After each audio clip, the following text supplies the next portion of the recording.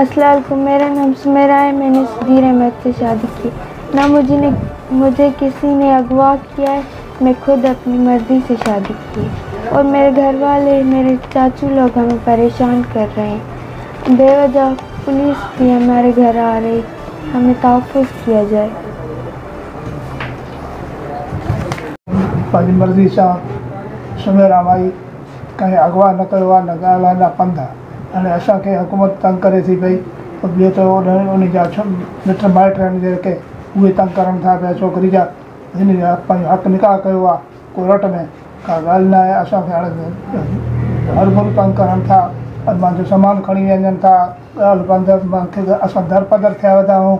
असांजो इंसाफ़ थियो वञे, असां तंग ॾाढा। हाणे घर ॾाढो छॾी वेंदा आहियूं।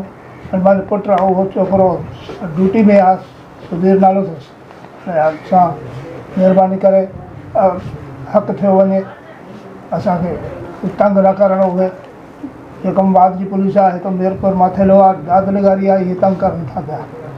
महिरबानी करे थियो वञे।